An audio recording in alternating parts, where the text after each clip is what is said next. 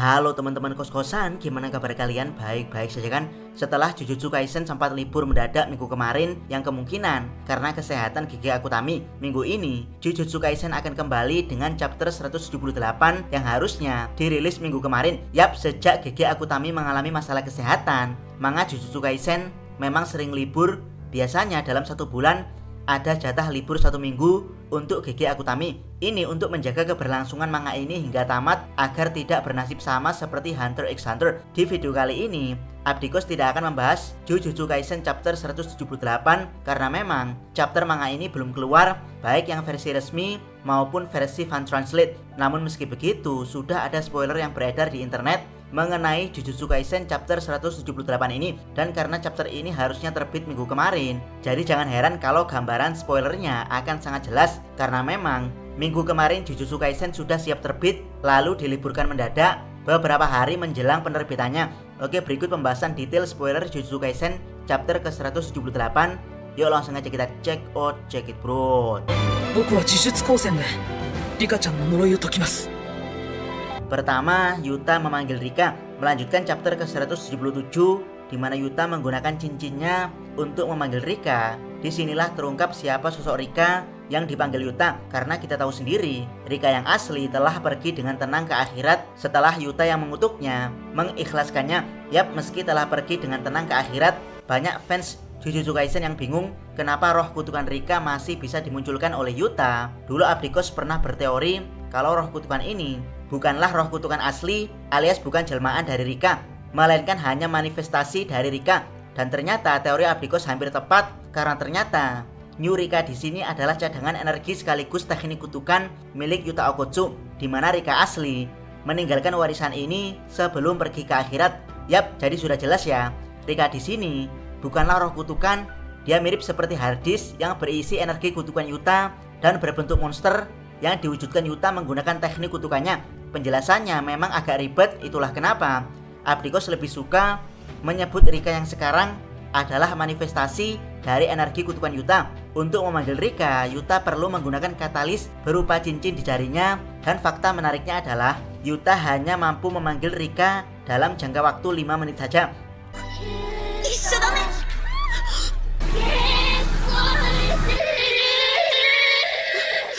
Kedua, salah satu fungsi Rika. Di spoiler disebutkan kalau salah satu fungsi Rika adalah menjadi storage atau gudang senjata bagi Yuta. Yap, Rika di sini berfungsi seperti teknik bayangan milik Megumi. Ini menarik karena kita belum melihat bagaimana Yuta bertarung menggunakan senjata selain pedang. Tentu saja Yuta akan bisa melakukan hal ini karena dia pernah dilatih Maki Zenin dan Miguel yang juga ahli senjata selain pedang. Di sini bisa teman-teman lihat salah satu senjata yang di story Rika adalah Kusaragima, yaitu sebuah senjata tradisional Jepang berbentuk mirip sabit yang biasanya wajib dipakai oleh para ninja asli.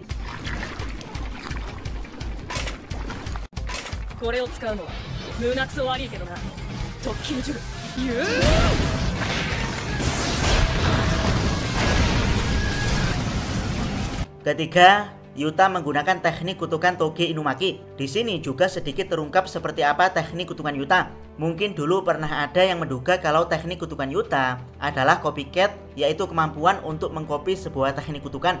Ini terlihat dari bagaimana Yuta mengcopy teknik kutukan Toge Inumaki menggunakan corong bersimbol klan Inumaki yang dikeluarkan Rika secara ajaib. Yap, benarkah teknik kutukan Yuta adalah copycat? Memang belum dijelaskan secara detail di spoilernya, tapi yang jelas teknik kutukan Yuta bukan copycat, melainkan storage atau penyimpanan. Yap, jika copycat adalah teknik mengcopy yang biasanya hanya bisa digunakan sekali dan berlangsung singkat, tapi teknik storage Yuta berbeda karena Yuta bisa menggunakan teknik yang telah dia simpan kapanpun, asalkan teknik tersebut masih ada di ruang penyimpanan. Dan di spoiler, Yuta lagi-lagi diperlihatkan menggunakan teknik Toge Inumaki. Namun kali ini dia tidak menggunakan corong seperti yang dibentuk Rika, melainkan menggunakan mulutnya sendiri.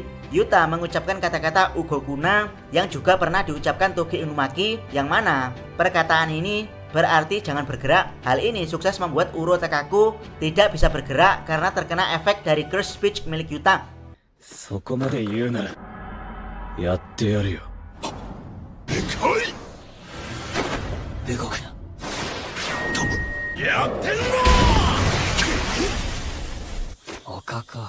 Keempat, serangan kombinasi Rika dan Yuta melumpuhkan Urotakako. Setelah dihentikan Yuta, Urotakako yang tidak bisa bergerak langsung diberendel Yuta dan Rika menggunakan serangan fisik secara bertubi-tubi. Serangan ini sangat-sangat dahsyat sampai-sampai Ryo tidak berani bergerak apalagi mendekat. Dia hanya menonton dari jarak jauh bagaimana Urotakako dibantai Rika dan Yuta. Kelima, giliran Ryu yang dihajar. Pada akhirnya, Rika juga menghajar Ryu yang melongo. Melihat betapa kejamnya The Real MC berbeda dengan Urotakako, sepertinya kali ini Ryu hanya dihajar oleh Rika seorang, di mana pergerakan Rika sangat cepat karena setelah dia meninju Ryu, dia langsung berada di sisi lain untuk kembali meninjunya.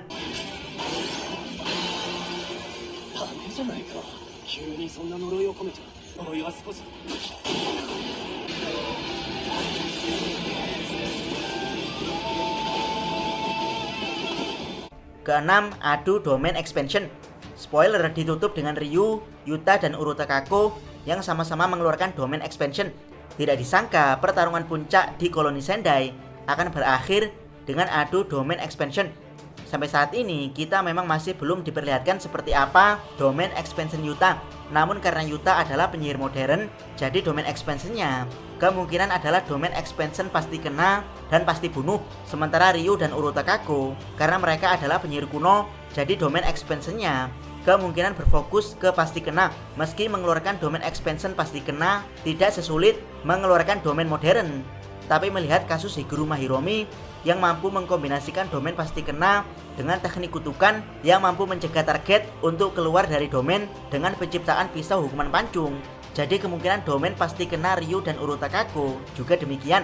Dimana untuk kasus Urotakako mungkin domain pasti kenanya dilapisi dengan ruangan distorsi, sementara domain pasti kena Ryu bisa saja digabungkan dengan teknik Granite Blast, sehingga ruangan akan dipenuhi dengan hujan energi blast, mirip seperti serangan hujan energi blast Ryu sebelumnya, namun kali ini lebih mantap. Entah seperti apapun domain mereka nantinya, namun yang jelas sesuai dengan perkataan Gojo, beradu domain seperti beradu ruangan yang dilapisi energi kutukan.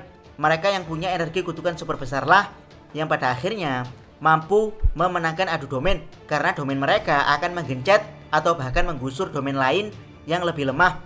Dari sini sudah jelas siapa yang akan memenangkan pertempuran domain ini. Jawabannya sudah pasti Yuta, karena dia punya energi kutukan yang super besar, bahkan dikatakan lebih besar dari Gojo Satoru.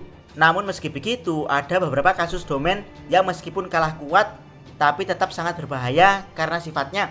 Contohnya, domain bayangan cair alias Chimera Shadow Garden milik Megumi yang mampu menembus domain Sweeping Horizon milik Dagon yang luar biasa luas.